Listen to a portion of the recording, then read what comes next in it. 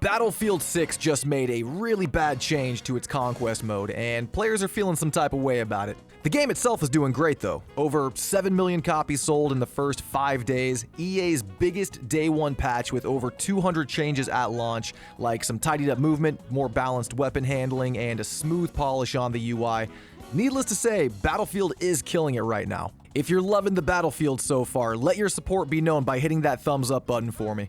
It's already made a way bigger splash than a lot of the other shooters from the past couple of years, like Splitgate 2, the finals, and it seems like players are way happier with this game at launch than they were with 2042, which released with so many problems I can't even begin to list them. Battlefield 6's gameplay is, for the most part, smooth and consistent.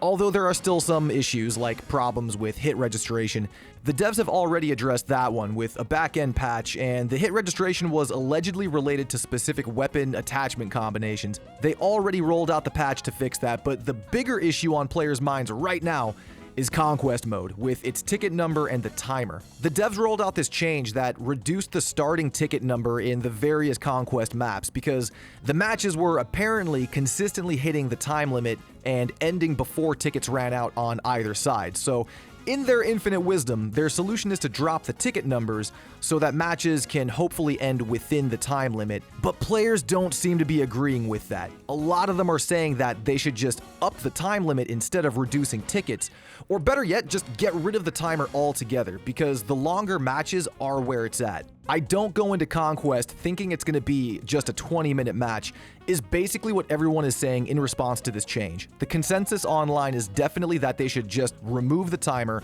keep matches going for as long as possible, because 30 to 40-minute games are what the players want. But I wanted to talk about why this is actually a trend in the gaming industry at large, where devs want to reduce the amount of time played per match in online multiplayer games like Battlefield. It's not unique to Battlefield at all, and it's something that's happening across gaming in the modern day. There's a lot of reasons why, and we'll go over it, but the short and curlies is that game developers are designing shorter matches so that they can boost player retention, increase monetization opportunities, and at the end of the day, reduce costs. The alleged benefits for players really aren't the same as the benefits for the devs, but there is an interesting logic here. From their perspective, by focusing on quick, impactful sessions, developers appeal to both casual and competitive players, whether or not that's actually true. One thing that is absolutely true is that it accommodates the goldfish-level attention spans these days. COD brain is a very real thing. It's kind of the inner battle within the community right now. But short matches do allow players to get into and out of a game without a significant time commitment. That can help with getting burnt out. In shorter matches, a bad game doesn't feel like a major loss of time, so the player is more likely to queue back up into another match to try to get that loss back, which, from the developer's perspective, also maintains player engagement. They also allege that this improves matchmaking efficiency. Shorter match times do reduce the wait times between games, and the data that gets collected from the previous match can be applied to the next round for a hopefully more balanced game. We'll come back to skill-based matchmaking in a second. I'm really not convinced that this is all true, but this is the logic that the publishers have when it comes to pushing the devs to make shorter matches. If we're being real though, it's a much more beneficial thing for the devs, and from that perspective, I totally get why they do it. On paper, shorter matches increase player retention if we're just looking at the numbers.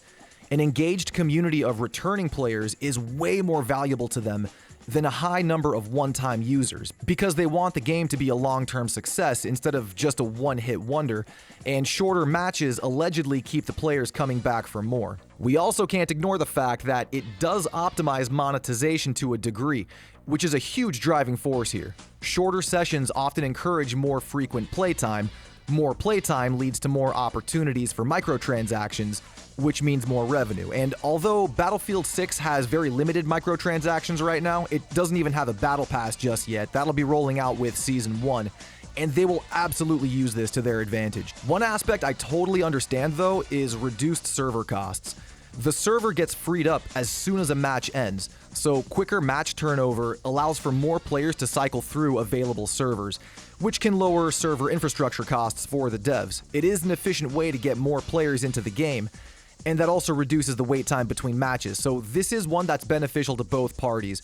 There are other reasons too, like reducing resource load and helping the skill-based matchmaking along, which, let's be real, SBMM doesn't really exist in modern gaming anymore. It's all algorithmic, engagement-based matchmaking, and the shorter matches are literally designed to facilitate engagement like that. The consensus on this change to Conquest mode is very clear. I hope the devs see that this is not the right solution for Battlefield, especially in this mode where players want the longer play sessions, where it actually feels like all-out warfare. And they've been pretty good about addressing community feedback so far, so hopefully they take this into account. Season 1 is also shaping up really nicely. We've got that content roadmap, which is really exciting to see all the new content dropping this season. At the end of October, we're getting that new map in Blackwell Fields and the new Strike Point mode, along with new weapons, vehicles, attachments, and that trend is going to continue into November and December. In the middle of November, we get the California Resistance with a new map in Eastwood and a new limited time mode in Sabotage. And in December, we get the themed Winter Offensive with the limited time event map Ice Lock Empire State. Obviously coinciding with the limited time event Ice Lock. Perfect for the wintry season, just in time for Christmas. You love to see it. I'd say Christmas came early for EA and DICE because this game, for all intents and purposes, has been a hit with the player base. I wouldn't necessarily call it the COD killer that they want it to be just yet, but I think the potential is there. Call of Duty has definitely dropped in popularity over the last couple of years, and whether that's due to fatigue, whether it's due to poor design decisions, or whether people are just sick of the gameplay, I'm not too sure. There's a lot of reasons why it could be falling off, but Battlefield is definitely on the way up, especially after the disastrous launch of 2042. Back in 2021, they desperately needed this win, and I think they got it on their hands with this game. It's pulling great numbers on Steam, player sentiment for the most part seems to be positive, and it's receiving well across the board. Obviously, with any game, it's going to have its criticisms and its fair share of people who are not into it. Of course, the Call of Duty mains look at Battlefield some type of way because it's just a completely different gaming experience from what they're used to, but they'll have to either adapt or die. But with that, I just want to say thank you guys for checking out this video. This is my first Battlefield 6 video on the channel, and I'm planning on making much more. This game is the talk of the town right now, so I gotta capitalize, right? Shout out to you guys, man. I appreciate you tuning in. If you enjoyed my video, be sure to hit that thumbs up button, and if you're new to the channel, consider subscribing and getting notified for more content. This has been Star. Enjoy the rest of your day, and keep shining, baby.